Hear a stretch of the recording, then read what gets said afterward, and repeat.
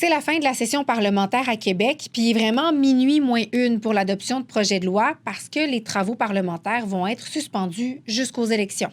Puis vous l'avez vu cette semaine, le gouvernement de Christine Fréchette a voulu adopter le plus de projets de loi possible. Et parmi ceux qui ont été adoptés, il y a la loi qui interdit les boissons énergisantes aux moins de 16 ans et la loi Gabi-Renault qui vise à mieux protéger les femmes contre la violence conjugale.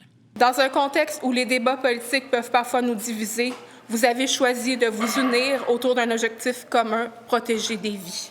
Et il y en a d'autres qui sont morts au feuilleton, comme celui sur la Constitution du Québec. Nous sommes malheureusement arrivés aujourd'hui à un point de rupture. Si ce n'était pas du temps et de la partisanerie en lien avec la fin de la session, ce texte-là aurait été adopté. Et il y a aussi eu cette semaine une dernière série d'annonces. Il y a le ministre des Finances qui nous a annoncé que le déficit pour l'année financière 2025-2026 est 2 fois moins élevé que prévu. Il y a la ministre de l'Environnement aussi qui a baissé la cible de vente de véhicules électriques d'ici 2035. Et il y a aussi eu cette annonce-là qui était très attendue.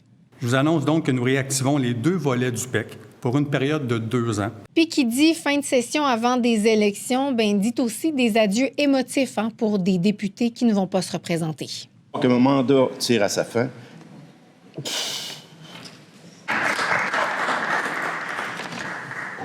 Je quitte la vie politique, fier du travail accompli et des nombreux projets réalisés au bénéfice de Beauce-Nord au cours des 8 dernières années.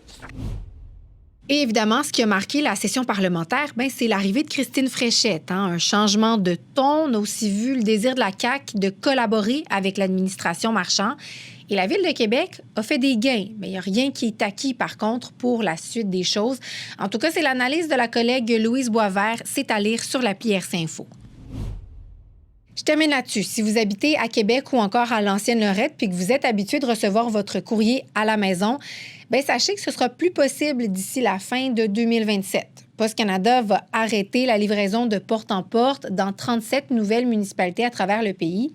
Puis ça équivaut à 485 000 adresses. Il y avait déjà 13 municipalités à qui on avait annoncé la fin de ce service-là. La livraison à domicile va être remplacée par des boîtes postales communautaires.